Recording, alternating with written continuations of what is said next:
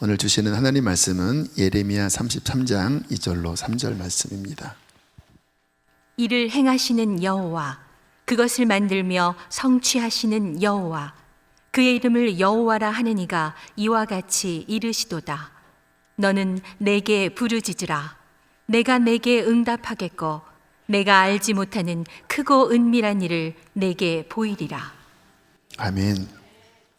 제가 여러 번 인용한 문구 중에 하나가 속도보다 방향이 중요하다라는 문구입니다. 방향이 틀려버리면요, 다 틀린 겁니다. 아무리 열심히 살아도 방향이 틀려버리면 달려간 만큼 잘못된 길로 가는 것이죠. 그래서 방향을 잘 잡아야 되는데, 이게 우리 인생에 대입을 해보면 정말 더 중요하게 이 의미가 다가와요. 한 번밖에 없는 인생이잖아요. 만약에 우리의 인생의 방향이 틀렸다면, 잘못된 쪽으로 내가 노력하고 달려가고 있다면 어디서 보상받죠? 더군다나 우리는 하나님의 심판을 믿잖아요. 주님의 심판대 앞에 섰을 때, 오늘 이 가사에 나는 청지기인데 어느새 내가 주인이 되었나, 우리의 인생에 대하여 하나님은 물으실 거거든요. 왜? 우리가 주인이 아니거든요. 하나님 앞에 살아야 할 그 삶을 낭비했을 때, 잘못된 길로 갔을 때, 그게 죄지요. 주님께서 물으시고 심판을 받는다면 어마어마한 대가지불을 받는 거니까, 우리의 삶에 열심히 달려가고 막 내가 원하는 것을 성취하는 것보다 과연 나의 방향은 잘 잡혀 있나, 주님 앞에 설 때 나는 그분께로부터 인정을 받을 것인가를 분별하는 것은, 이것은 그 무엇보다 비교할 수 없는 중요한 부분이겠죠. 근데 문제는 내가 잘 가고 있는지 잘 못 가고 있는지를 알기가 쉽지 않다라는 거예요. 정말 인생의 내비게이션이 있어서 이렇게 딱 좌표를 찍으면 그 여성께서 다음은 좌로 우회전 이렇게 해주면 정말 좋을 텐데, 그게 아니니까, 또 다 우리는 2020년 오늘 11월 8일 다 처음 가는 길이잖아요. 이 세상에 그 누가 미리 2020년 11월 8일을 살아봤습니까?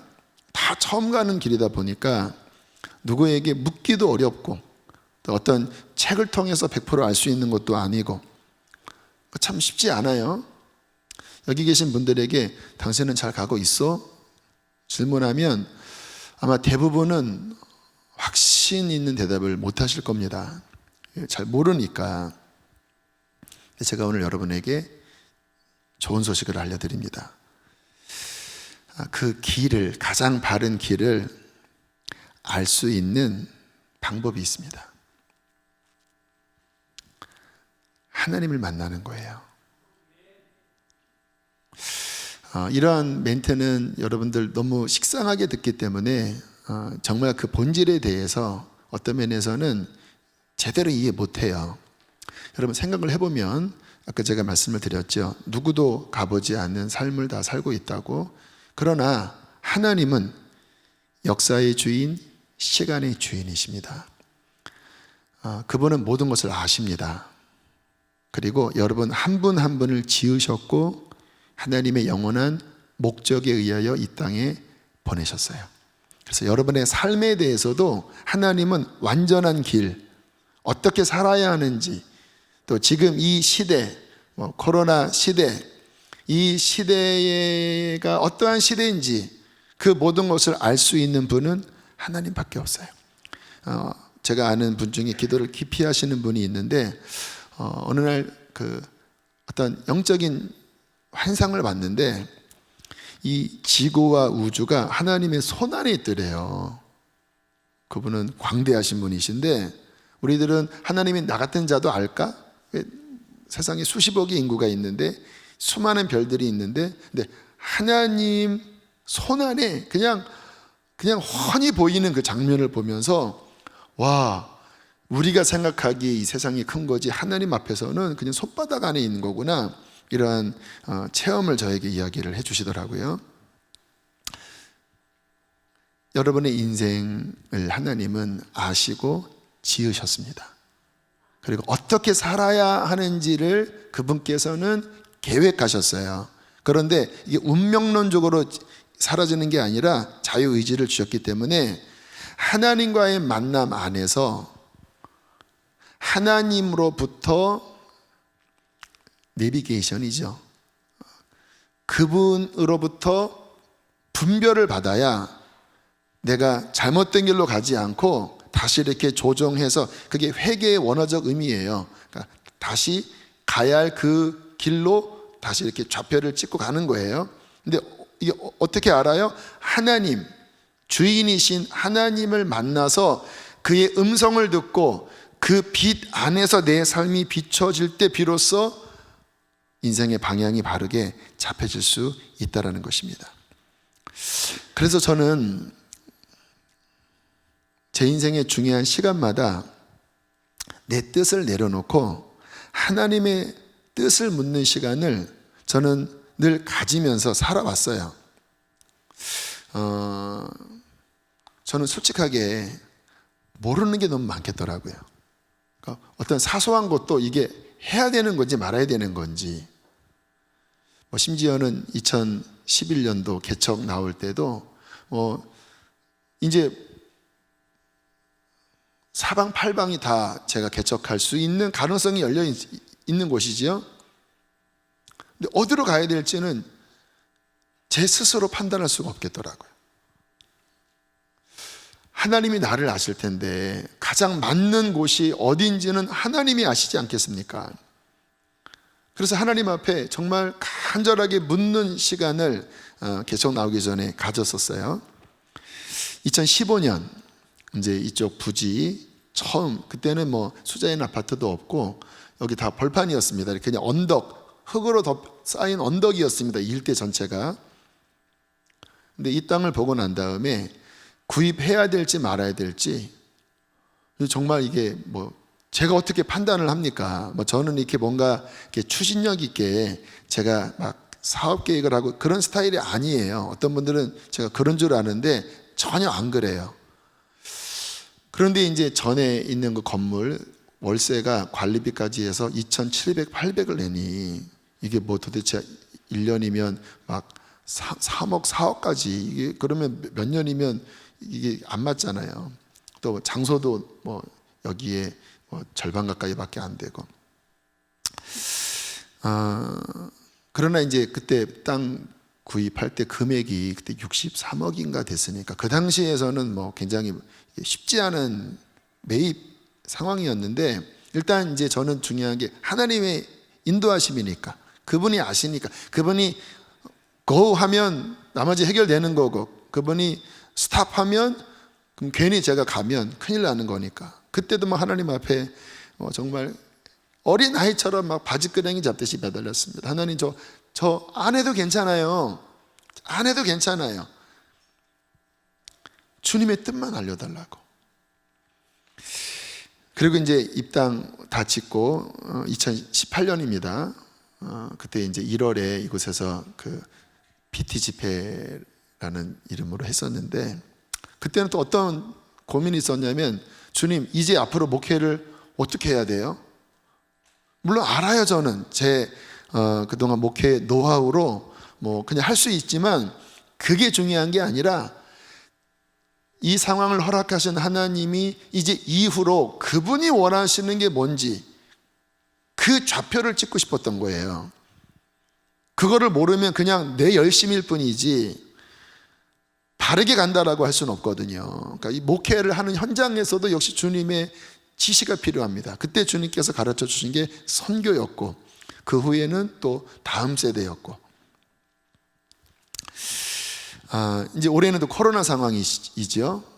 이것도 정말 전무후무한 그러한 경험인데 되게 고민이 많았습니다. 교회가 연일 이 코로나에 마치 온상인 것처럼, 주범인 것처럼 그러한 매스컴의 소식들, 또 인근에서 발병됐다고 하는 소식들.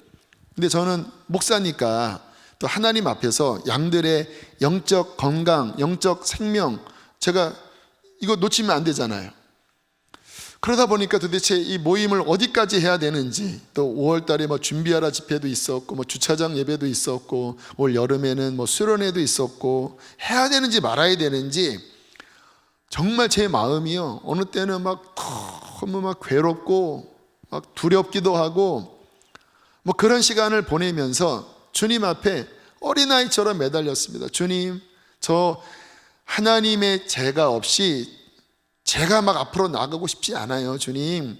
그런 거는 지치기만 할 뿐입니다. 그러나 주님께서 움직이시면 저는 따라갈게요. 주님, 가르쳐 주십시오. 근데 그때마다 상황이 워낙 다르다 보니까 정말 그때마다 또 매달리고 기도하면서 여기까지 왔어요. 이게 제가 사는 방식입니다. 왜요? 그래야 바르게 가니까. 근데 참 감사한 것은 주님이 그거를 좋아하시더라고요. 그렇게 하나님의 뜻을 구하는 마음.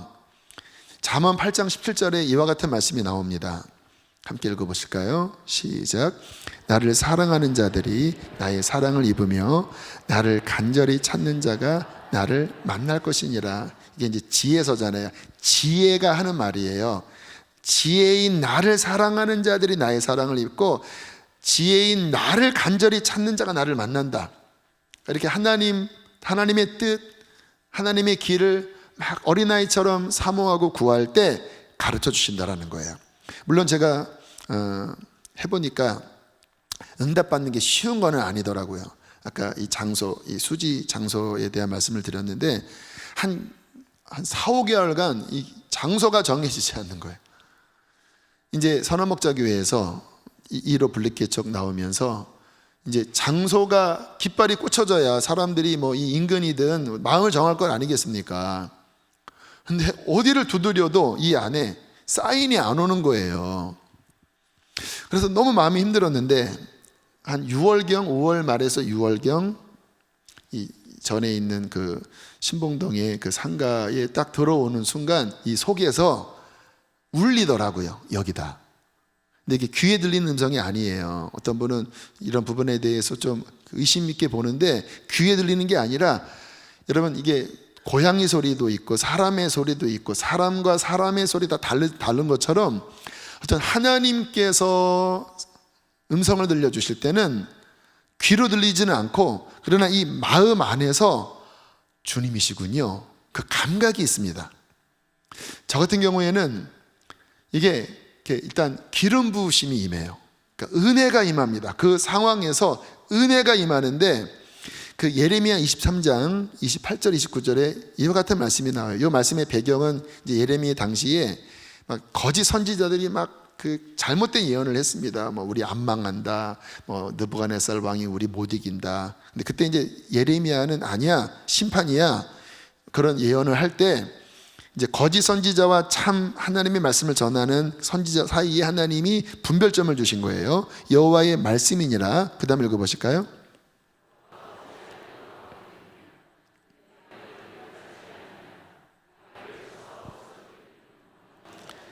그죠? 껍데기인 겨와 그 안에 생명이 있는 알곡과 이건 하늘과 땅 차이죠.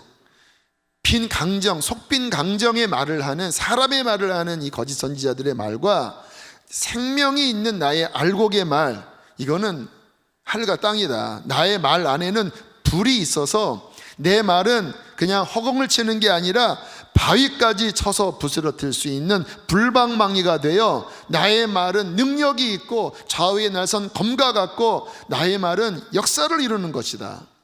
그래서 하나님의 어떤 감동이 있을 때는요, 그냥 사람의 뭐 이걸까 저걸까 막 이게 아니라 이 속에서 이 생명력이 움직입니다. 그래서 일단 그 뭐라 그럴까요?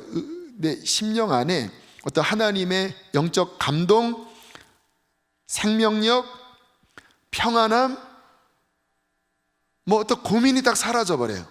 그 순간 제 속에서 아 여기군요. 막 마음이 강물처럼 평안하고 확신이 들고 더 이상 번뇌하는 마음이 사라지더라고요. 이게 제가 20대 때부터 훈련한 그 훈련이었거든요. 하나님께서 말씀하실 때 그 경험되어지는 그 하나님 음성의 감각. 여러분, 이렇게 주님의 응답받고 가잖아요. 그게 베스트의 길이 됩니다. 왜냐면 아까 말씀드렸잖아요. 하나님은 다 아시기 때문에. 나도 나를 잘 몰라요. 하나님은 나를 완전히 아십니다. 창조주시니까. 지금 이 상황에서 바둑으로 치면 돌을 어디에다가 둘지를 우리는 몰라요. 근데 하나님은 아십니다. 왜요? 그분은 역사의 시작과 끝 모든 것을 다스리시는 완전하신 지혜이시기 때문에 그래요. 또 주님이 하라고 하는 그곳에 서면요, 평안할 뿐만 아니라 어려움도 와요. 그런데 하나님께서 지켜주십니다. 그리고 지지해 주세요. 개런티해 주세요. 왜? 그분이 말씀하셨기 때문에 그분이 보장해 주시는 거예요. 그래서 어려움을 이기는 거지요. 그래서 우리의 삶이 흔들릴 때, 어떤 고난이 있을 때 답은 하나입니다. 하나님 앞에 가서 하나님을 만나고 하나님의 음성을 듣는 거예요.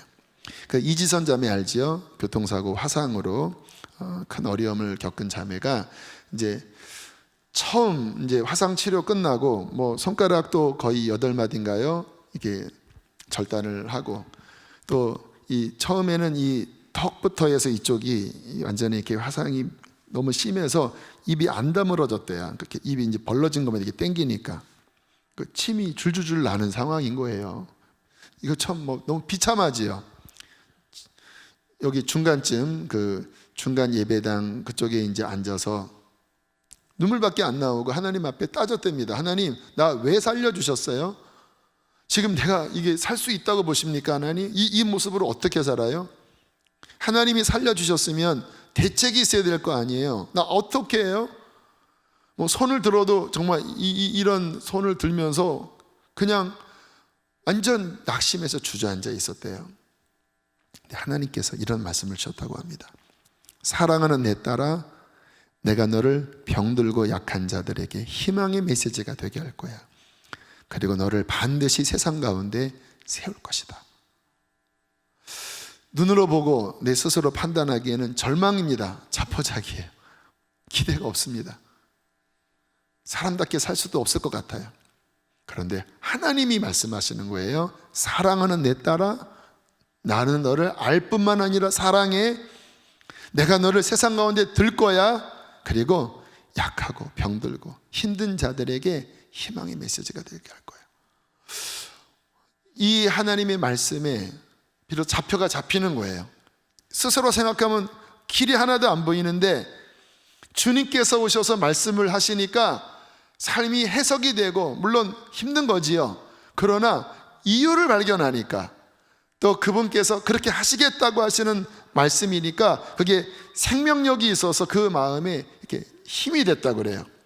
그리고 그 후에 어떤 일이 일어난지 아시잖아요. 지금 거의 17년, 18년 정도 시간이 흐른 것으로 내가 기억을 하는데, 뭐 이번은 특별히 이 세상에서도 강연을 하는데 자살하려던 수많은 사람들이 이 자매에게 편지 메일을 보냅니다. 당신의 이야기를 듣고 저 자살하지 않으려고 다시 마음먹었습니다. 모아놓은 수면제를 내가 버렸습니다. 또 어떤 사람은 인생에 자포자기 있다가 당신 이야기 듣고 나 교회 나갔습니다. 교회 나갔습니다. 지금은 어느 대학, 우리 기독교의 중요한 어떤 지방 대학에서 사회복지 교수로 지금 또 부름을 받고 정말 많은 사람에게 희망의 메시지가 되고, 또 하나님이 그 누구보다도 우뚝 세워주신 아름다운 삶을 살고 있어요. 하나님을 만나고 하나님의 음성을 듣는 것, 어둠 속에서 빛으로 바뀝니다.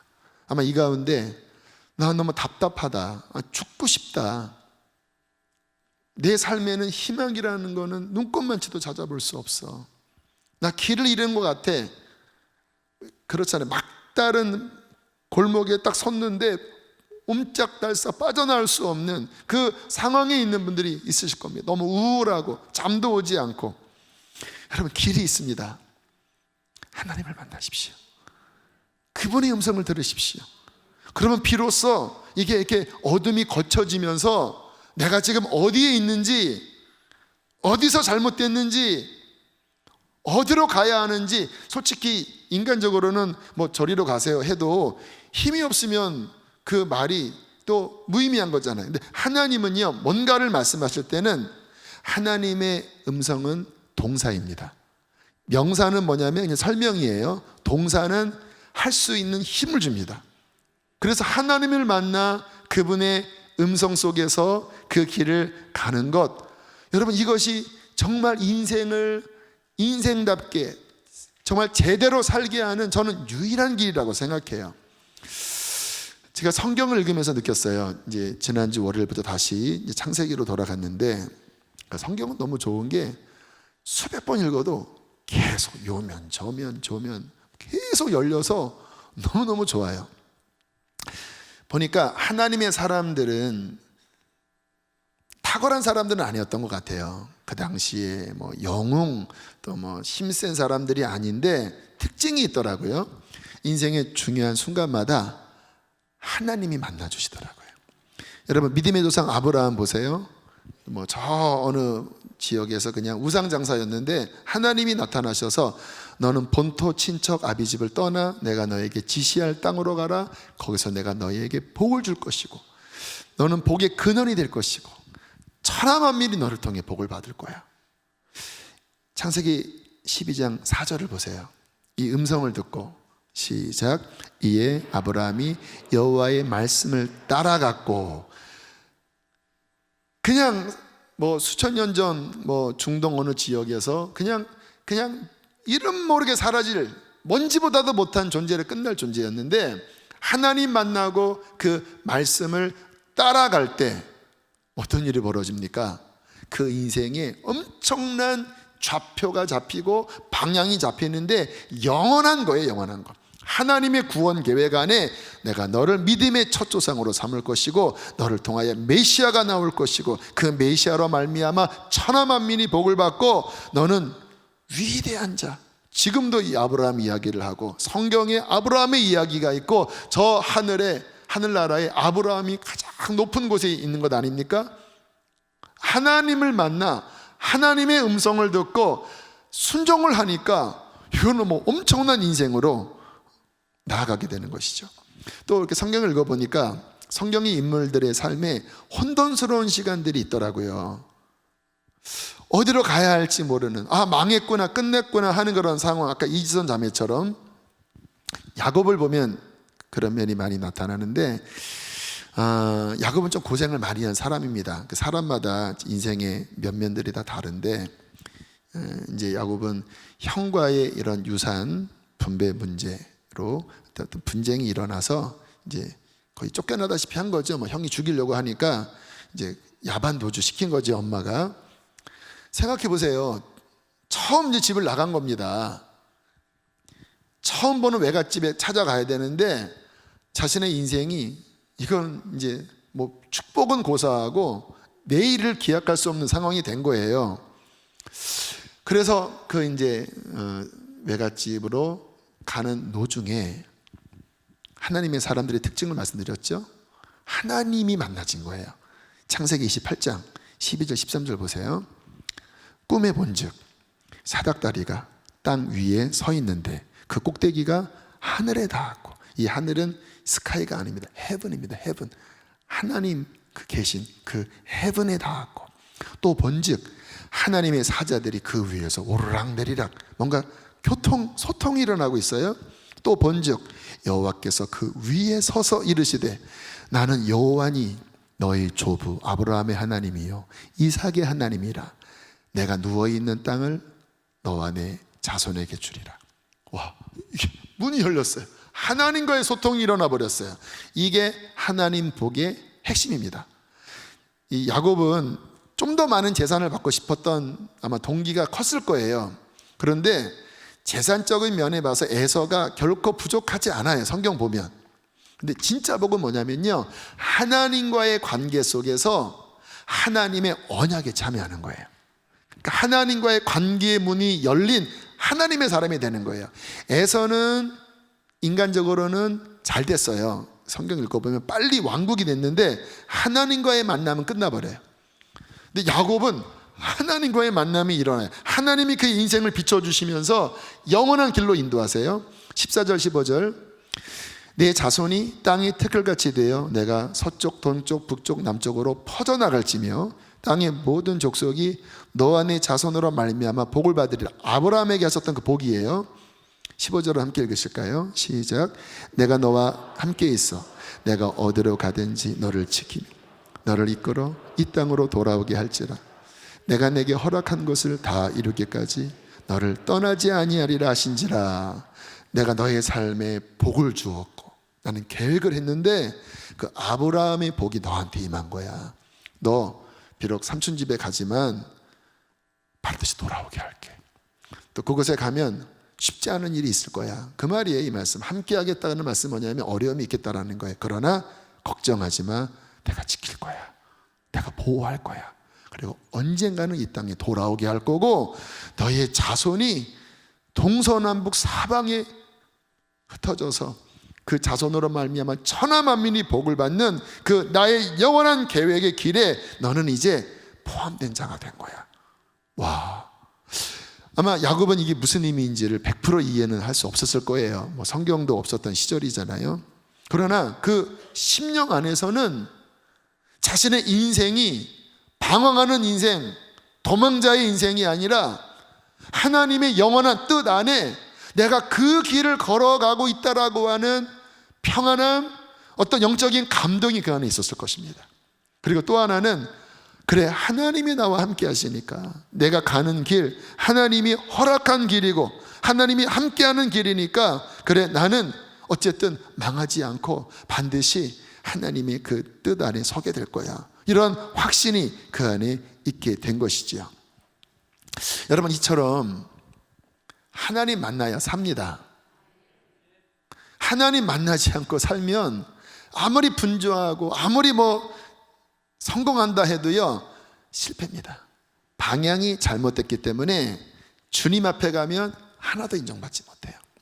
자, 그러면 어떻게 하나님 만나고 어떻게 하나님의 음성을 들어서 내 인생이 그 하나님 안에 바르게 걸어갈 수 있을까요? 그게 오늘 본문입니다. 지난주와 똑같아요.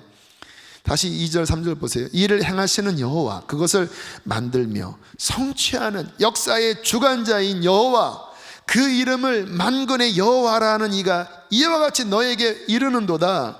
3절 크게 읽어보실까요? 너는 내게 부르짖으라. 내가 내게 응답하겠고 내가 알지 못하는 크고 은밀한 일을 내게 보이리라. 부르짖어라. 나 너 만나 줄게. 응답해 줄게. 보여줄게. 근데 부르짖어 기도하라는 거예요. 고민하지 말고 괴로워하지 말고 하늘을 향하여 부르짖어 기도하면 나는 반드시 너를 만나줄 것이고 너에게 응답해 줄 것인데 내가 스스로 알지 못한, 왜 너는 알 수 없어. 그러나 모든 것의 주인인 내가 그 크고 깊은 은밀한 일들을 너에게 보일 것이다. 이게 보여질 때 비로소 빛이 들어오고 비로소 우리는 제대로 갈 수 있게 되는 것입니다. 저는 우리 성도님들에게 질문하고 싶어요. 그런 하나님과의 만남을 갖고 계신가요? 제가 아까 말씀드렸죠. 하나님 사람들의 특징은 탁월한 게 아니에요. 하나님과의 만남이 그의 삶에서 일어납니다. 이게 탁월함이죠. 왜? 하나님 그분과 만난다고 하는 것은 엄청난 자원이잖아요. 여러분, 그런 하나님과의 만남을 갖고 계시나요? 아니면 그냥 내 생각으로 사시나요? 지금 여러분들의 삶에 대해 주님이 지지하시는 것 같아요? 아니면 반대하시는 것 같아요? 지금 당신은 주 안에 계십니까? 주 밖에 계십니까?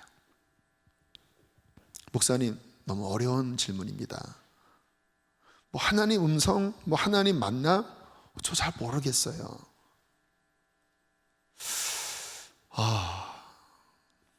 이와 같은 분들과 이야기할 때면 이해는 됩니다. 왜냐하면 영적인 일이기 때문에 이것이 열려지지 않으면 뜬구름 잡는 이야기들이에요. 근데 그런 분들의 특징은요, 그렇기 때문에 기도하지 않아요. 그냥 살아요. 뭐 하나님과의 만남 이런 거 몰라요. 그냥 살아요. 힘들면 그냥 혼자 탄식해요. 하나님과의 만남은 없어요. 그런데 제가 성경을 읽고 제가 어쨌든 하나님을 섬기고 양들을 섬기는, 저는 한 30년을 이렇게 살았거든요.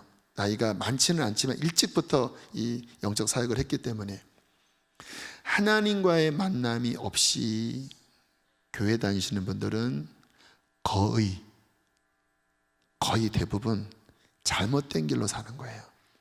왜냐하면 하나님의 자녀인데, 성경에 보면 하나님의 자녀, 하나님의 성령이 거하신다고 했는데, 나는 하나님 만남도 모르겠고 하나님의 음성도 모르겠고 하나님의 인도함도 모르겠다고 하는 것은 막혀 있는 겁니다.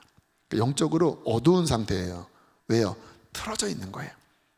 어린아이도요, 정말 하나님과의 만남이 일어나면요, 어린아이도 알아요. 아, 지금 하나님이 내게 말씀하시는구나. 성경에 보면 어린 사무엘이 사무엘아 사무엘아 하는 그 음성을 듣고, 사무엘이 물론 처음에는 이게 뭐야 했지만 그때부터 하나님과의 소통이 일어나잖아요. 그러니까 나이가 중요한 게 아닙니다. 어린 아이더라도 정말 그 하나님과의 만남이 정상적으로 이루어지면 하나님의 음성도 들을 수 있고 하나님의 어떤 마음도 받으면서 그 인생이 바르게 돼요. 저는 일찍부터 그것이 일어나야 된다고 생각해요. 저희 교회 다음 세대 감사하게 금요일마다 지금 요 상황인데도요, 적지 않게 나와요. 또 우리 생수회관 기도학교 요즘 1기도 운동 한다고 아이들이 막 낮에도 와서 여기서 막 부르짖어 기도한대요. 그리고 금요일 날 앞에 나와서 기도하자고 하면 요즘은 절반 이상이 아이들이에요. 청소년, 청년 또는 초등학교 아이들이 앞에 나와서 기도하고, 지난주는 5, 6학년 아이들이, 좀 어린 아이들 포함해 30-40명이 이쪽 여호수아 센터 1층에서 일주일 동안 기도하면서 어떤 아이 방언 받고, 뭐 방언은 뭐 거의 대부분 맞는 것 같아요. 하나님과의 소통이 일어나요. 왜요? 그것이 참된 신앙이죠. 하나님은 살아계신데 나는 하나님 모르겠다고 하면 그게 종교지 어떻게 살아계신 하나님입니까? 그래서 반드시 하나님과의 영적 소통이 일어나야 합니다. 이것은 어떤 신비주의를 의미하는 게 아니에요. 정말 살아계신 하나님과의 만남 속에서 내 삶이 분별되어지는 그 진정한 생명력 있는 그 변화가 일어나야 하루를 살더라도 제대로 가는 거지. 교회는 아무리 다녀도 그게 하나도 일어나지 않는다면 어둠 속에서 헤매는 인생이지 않겠습니까?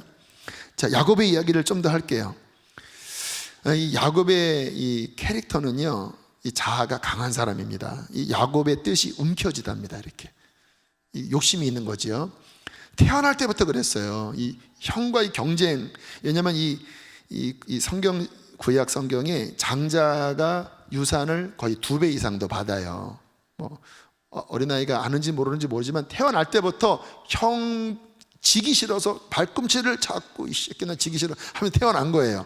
그 몇 분 어간으로 이게 지금 이게 자신의 복이 떨어져 나가니까. 그래서 이름이 너무 꽉 잡았는지 이 야곱이라고 졌어요. 아무튼 그리고 보면요, 야곱은 늘 이 자기의 이 생각, 이 어떤 이게 강한 사람으로 성경에서 표현되어 있는데, 그 야곱 인생을 영적으로 정리하면 그 움켜진 것을 내려놓게 하시고 하나님의 뜻에 순종하도록 만드시는 인생, 이게 이제 야곱의 인생이에요. 영적으로 보면. 자, 그렇게 이제 쥐며 살아오다가 어디서 놓게 되냐? 결정적으로 야복강에서 나요. 하나님이 다루시는 거죠. 형과 뭐 완전 꼬일 대로 꼬여서 이게 감정을 풀 수 없는, 그러는 이제 형을 만나야 되는데 형이 죽이러 오는 거예요. 400명을 끌고 오는 거니까 이제 너무 이제 마음이 답답하고 두렵고 큰일 났구나. 자, 그때 이제 야곱이 천사를 만납니다. 그러니까 하나님의 사람의 특징은 계속 하나님과의 소통이 결정적일 때마다 일어나요. 자, 창세기 32장 24절. 야곱은 홀로 남았더니, 이 성경 보면요, 자기 처자식 다 먼저 앞에 보내고 혼자 이 토끼를 까르게 하면서 속일 수는 없고, 그리고 고민하다가 갑자기 천사가 나타난 거예요. 어떤 사람이 날이 새도록 야곱과 씨름하다가 자기가 야곱을 이기지 못함을 보고, 이게 천사도 막 꼭 붙잡고 이렇게 뭔가 영적인 존재가 맞는 것 같아요. 나 좀 살려달라고 막 꽉 붙잡고 얼마나 막 세게 붙잡는지, 여기 26절에 보면 날이 새려하니 나로 가게 하라. 그 말은 뭐냐, 안 놔주는 거예요. 이게 지금 막 내가 아기 때부터 이거 붙잡는데 이 손 아기 얼마나 쓴디 못 나와 막 하면서 막 붙잡고 있었지요. 자, 25절 읽겠습니다. 시작. 자기가 야곱을 이기지 못함을 보고 그가 야곱의 허벅지 관절을 치매 야곱의 허벅지 관절이 그 사람과 씨름할 때에 어긋났더라. 허벅지 관절, 환도뼈라고도 나오는데, 이게 이제 정확하게 표현하면 그 본인의 힘의 근원입니다. 이 코어가 이쪽이잖아요. 그쪽의 근원을 천사가 탁 치니까 어떻게 돼요? 이렇게 되는 거예요. 힘이 빠지는 거지요. 그러면서 형과의 관계가 풀어집니다. 힘이 빠지고 자기 꽉 쥐고 있는 이건 안 되라고 하는 게 풀리면서 형과의 관계가 풀어져요. 영적으로. 아까 말씀드렸죠. 그 야곱의 그 쥔 것을 놓게 하시는 하나님의 훈련의 과정. 근데 이게 언제 낮았냐가 보면 그 야복강에서 그 천사, 그러니까 하나님과의 어떠한 씨름에, 그러니까 이게 잘하는 거예요. 비록 이것 때문에 고생을 많이 했지만 어쨌든 야곱이 엎어진 곳이 하나님께였어요. 에서는 엎어지는 곳이 세상이었습니다. 근데 야곱은 엎어지는 곳이 어쨌든 하나님이에요. 그래서 그 하나님과 매달리다가 결국 이것이 이제 꺾이고 풀어지면서 하나님의 어떠한 임재가 임하고 이제 이스라엘이라고 하는 새 이름이 되면서 중요한 고비를 넘겨요. 근데 이 사람은 쉽게 안 변하는 거 아시죠? 그 형과의 어떤 관계가 풀어진 다음에 어디로 가야 되는지 아세요? 베델로 가야 합니다. 왜냐하면 아까 창세기 28장 그때 야곱이 서원했었거든요. 무사히 돌아오게 하면 내가 여기서 하나님 앞에 제단을 쌓겠습니다. 여기는 베델, 하나님의 집입니다. 새까맣게 있는 거예요. 또 어디로 가야 돼요? 아직 아버지 이삭이 살아계시는 상황이거든요. 그러면 아버지한테 가서 인사를 해야 되는데 자기 생각이 너무 많다 보니까 이제 나이도 먹었고 이제 그것도 다 식었나 봐요. 세겜으로 셉니다. 세겜으로. 옆길로 센 거예요. 그 말은 뭐냐면 또 자기가 쥐는 거예요. 내 편한 곳, 내게 좋은 곳. 세겜에서 어떤 일이 벌어졌는지 아시죠? 디나가 이렇게 마실 나갔다가 그 추장 아들에게 강간당하고 거기에 격분한 그 오빠들이 그쪽의 마을의 남자들을 칼로 죽이고, 그것 때문에 인근에 있는 그 부족 사람들에게 오히려 역공격을 당할 또 위기에 빠진 거예요. 그때 또 하나님이 야곱을 만나 주셔요. 창세기 35장 1절 크게 읽겠습니다. 시작. 하나님이 야곱에게 이르시되 일어나 베델로 올라가서 거기 거주하며 내가 내 형 에서의 낯을 피하여 도망하던 때에 내게 나타났던 하나님께 거기서 제단을 쌓으라 하신지라. 하나님 만나니까 다시 이제 비춰진 거예요. 본인이 지금 세겜으로 간 게 너 또 나에게서 벗어난 거 아니냐. 일어나 베델로 올라가. 너는 거기에 거주해야 됐고, 내가 내 형 에서의 낯을 피하여 도망했을 때 내가 너를 만났잖아. 거기서 네가 내게 제단을 쌓아야 그 다음 퍼즐이 일어나는 건데 너 왜 세겜으로 세버렸니? 그래서 문제가 생긴 겁니다. 하나님과의 만남이 일어나서 다시 이제 좌표가 다시 잡힌 거예요. 길이 잡힌 거예요.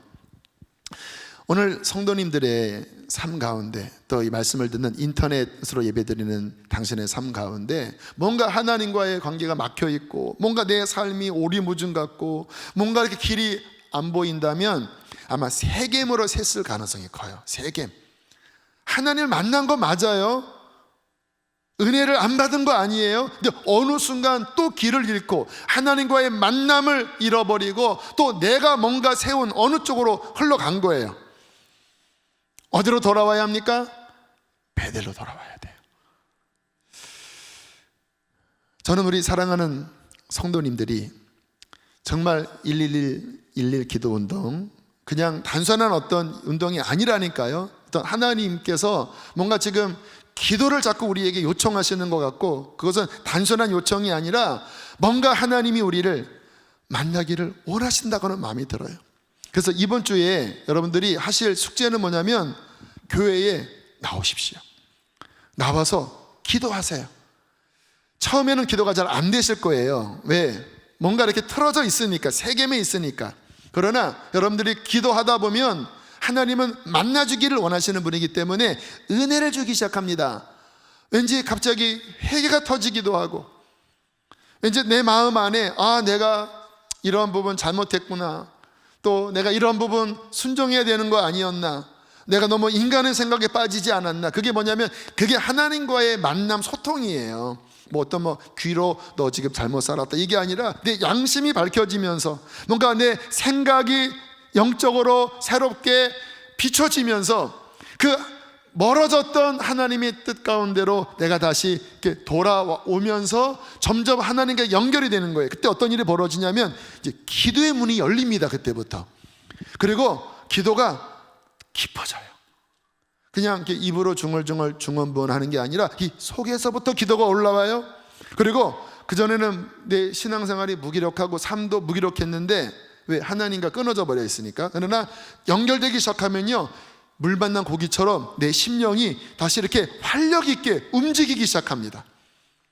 그러면서 하나님이 우리에게 가르쳐 주시는 거예요. 시편 32편 8절 말씀 함께 읽겠습니다. 시작. 내가 내 갈 길을 가르쳐 보이고 너를 주목하여 훈계하리로다. 갈 길을 밝히 보이시니 주 앞에 빨리 나갑시다. 이 말씀으로 지은 찬양이에요. 하나님은 그렇게 하나님 앞에 나아가 그분과의 만남이 일어날 때 길을 헤매고 있었는데, 길을 잃었었는데 갈 길을 보이시고 우리를 주목하여 훈계하시면서 우리로 하여금 참된 복된 길, 내가 마땅히 걸어가야 할 그 길 위에 서도록 우리를 인도하시는 것입니다. 그러므로 우리는 깨어나셔야 돼요. 기도하지 않고는 이 일이 결코 일어나지 않습니다. 주 앞에 나와서 하나님을 찾으십시오. 부르짖으십시오.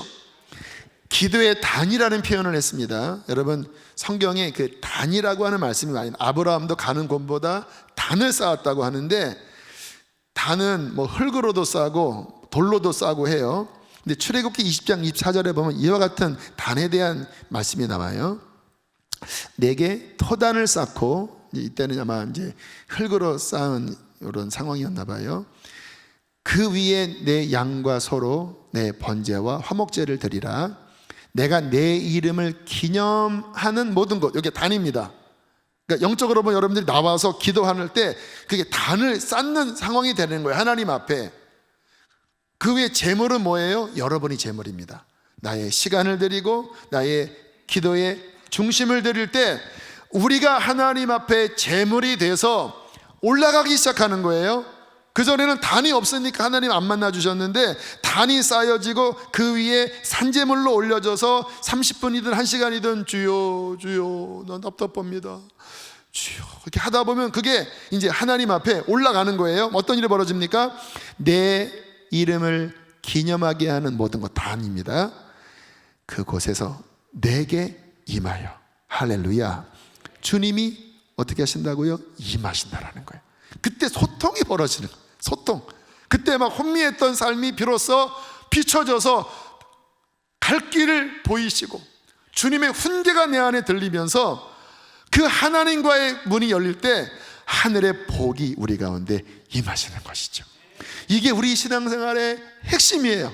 이게 살아있는 신앙생활, 할렐루야, 생명력 있는 신앙생활. 특별히 이 시대에, 이 마지막 시대에, 코로나로 어떻게 될지 모르는 이 시대에 이와 같은 하나님과의 만남이 일어나서 우리가 주님의 응답을 받고 그 영적 힘으로 우리가 순종하며 걸어갈 때 우리는 반드시 승리하게 될 것입니다. 지금 이제 찬양을 부를, 아까 마지막 부른 찬양인데요, 이 찬양의 가사가 요한계시록 4장 5장에 나오는 그 천상에서 예배드리는 모습이에요. 근데 요한계시록 보면 어떤 장면이 나오냐면 그 보좌 앞에 많은 성도들, 천사들 이 예배할 때 이 기도의 향이 땅에서부터 올라와서 하나님께 올려지는 장면이 나와요. 다 나오세요? 근데 제가 우리 교회는 처음부터 예배당 문을 열어놨습니다. 상가 때부터. 그래서 주야로 오늘도 제가 새벽 2시 10분에 나왔는데 그래도 몇 분이 계시고 한 3시 4시 되니까 더 많은 분들이 오셔서 기도를 쫙 올리세요. 우리 교회는 이미 주야로 그런 기도의 향이 올려지는 기도의 단이 굉장히 많이 쌓여져 있는 베델임을 믿습니다. 여러분들이 오셔서 더 그 위에 쌓으세요. 하나님, 그리고 우리의 이 기도가 땅에서만 끝나는 게 아니라 그 하늘의 천군 천사들과 함께 하늘의 장로들과 함께 보좌에 올려들어서 주야로 우리가 기도의 향이 올라가는 하나님, 그와 같은 하나님과 맞닿은 땅에서부터 하늘까지 사닥다리가 연결되어 오르락내리락 하는 하나님, 그러한 살아있는 신앙생활 하게 하여 주십시오. 이것이 축복입니다. 그렇게 되기를 축복합니다. 우리 함께 찬양하십니다. 온 성도와 천사, 온 성도와 천사, 보좌에 경배해, 보좌에 경배해, 모든 장로들, 모든 장로들 면류관을 드리네. 어린 주는 존귀하신 분, 주는 존귀하신 분,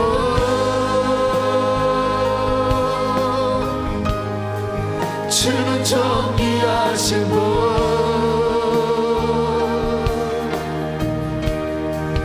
만물 주께 나와 주께 돌아가니 영광 받으소서. 온 성도와 천사, 온 성도와 천사, 우리 천사와 함께 보좌 앞에 나갑시다. 모든 장로들, 모든 장, 우리도 면류관을 드립니다. 면류관을 드리네. 어린 양 주는 존귀하신 분,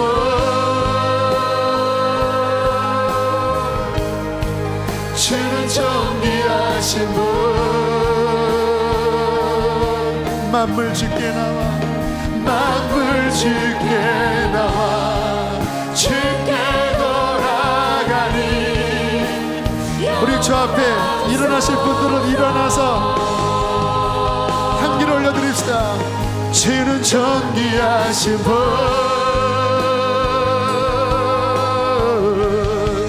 주는 존귀하신 분, 할렐루야. 만물 주께 나와 주께 돌아 영광 받으소서. 주야로 기도의 양 올라가는, 주야로 기도의 양, 여러분이 기도의 향이 되어 주님 앞에 기도의 향을 올리셔야 합니다. 올라가네 주야로 기도의 양 올라가네. 주야로 기도의 양 올라가. 주야로 기도의 양 올라가네. 주야로 기도의 양 올라가. 주는 존귀하신 분, 주는 존귀하신 분, 할렐루야. 주는 존귀하신 분,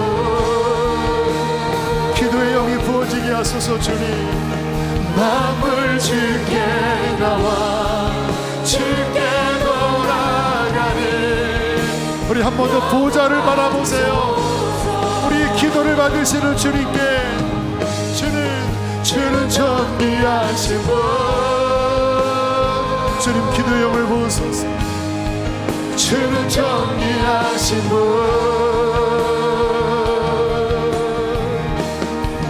만물 주께 나와 주께 돌아가리. 우리 함께 기도하실 때 주님 기도의 영을 부어주세요. 기도 속에서 하나님 만나게 해주세요. 내 인생을 이끌어주세요. 주여 더 부르시고 기도하시겠습니다. 주여, 주여.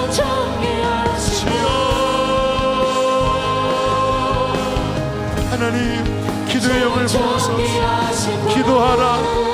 만물의 마지막이 가까웠으니 그러므로 정신을 차리고 깨어 기도하라. 만물의 마지막이 가까이 왔으니 정신을 차리고 깨어 기도하라. 깨어 기도하라. 깨어 기도하라.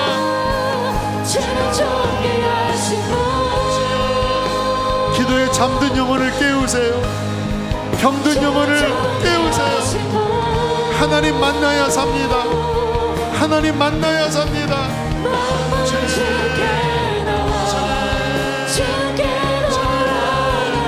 살아나게 하여 주세요. 살아나게 하여 주세요. 죽은 영혼이 살아나게 해주세요. 병든 영혼이 살아나게 해주세요. 주님, 닫혔던 기도의 문이 열릴지어다. 막혔던 기도의 문이 열릴지어다. 보혈로 덮어주십시오. 우리를 씻어주십시오. 우리를 씻어주십시오. 주여, 주여, 더, 주여, 더, 주여, 더, 주 앞에 나갑니다. 더 나갑니다. 더 나갑니다. 더 나갑니다. 하나님 살아나게 하소서. 기도하세요 여러분. 회개 기도도 하시고 회개 기도도 하시고 하나님 찾으세요. 하나님 찾으세요.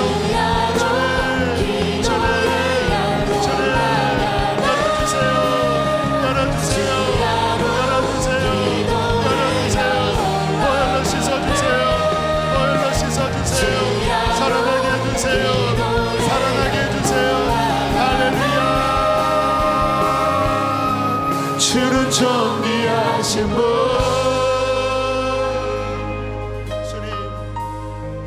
주는 정리하신 분,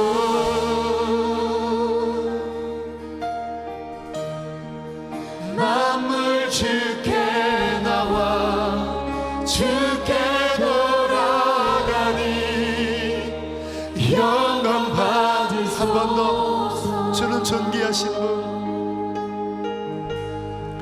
주는 존귀하신 분, 하나님을 찾습니다. 주는 존귀하신 분,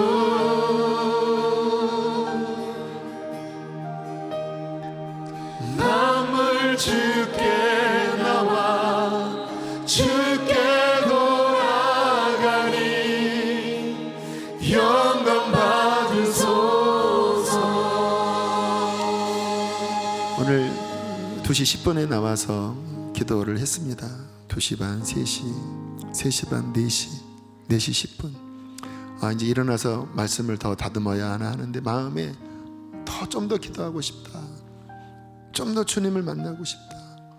좀 더 기도를 통하여 우리 성도들이 하나님 앞에 나아가도록 좀 더 나가야 되겠다고 하는 그 목마른 마음으로 조금 더 4시 한 20분까지 기도하고 은혜를 충만히 받고 제 사무실로 갔습니다. 여러분 안에 그 목마름이 있기를 축복합니다. 포기하지 마세요. 하나님 못 만나면 실패한 인생밖에 안 됩니다. 그러나 하나님은 그를 찾는 자를 반드시 만나주십니다. 하나님 만나주세요. 사랑하는 양들을 만나주세요. 내게 터단을 쌓고 그 위에 번제물을 올려드릴 때 그것에 임하여 만나주시겠다고 하신 그 약속을 이번 주에 이루어 주십시오. 주님, 세겜에 헤매는 자들이 있다면 배들로 올라오길 원합니다. 하나님, 그곳에서 하나님을 찾고 회개하고 하나님의 인재 속에서 다시 죽었던 영이 살아나고 병들었던 몸과 마음이 치유되고 다시 인생의 바른 길을 찾도록 이번 한 주 주님 이곳을 축복하여 주십시오. 귀한 예물 봉헌합니다. 기쁘게 흠양하시고 성도들의 기업과 일터를 축복하시되 코로나의 늘 위험으로부터 성도들의 모든 호흡과 발걸음, 모든 일터 가정 지켜주십시오. 교회를 지켜주십시오. 전 부서를 지켜주십시오. 주의 날개 아래 덮어주시고 보혈로 덮어주시고 성령의 불로 지켜주시옵소서. 하나님 감사합니다. 우리를 부르시니 감사합니다. 그 부르심에 응답하도록 주께서 은혜를 주시옵소서. 이제는 우리 주 예수 그리스도의 은혜와 하늘아버지의 그 크신 사랑과 성령의 교통하심이 주님의 음성을 듣고 회개하는 마음으로 사모하는 마음으로 주 앞에 나와 기도의 단을 쌓을 사랑하는 성도들에게 영원토록 함께 하시기를 축복하옵나이다.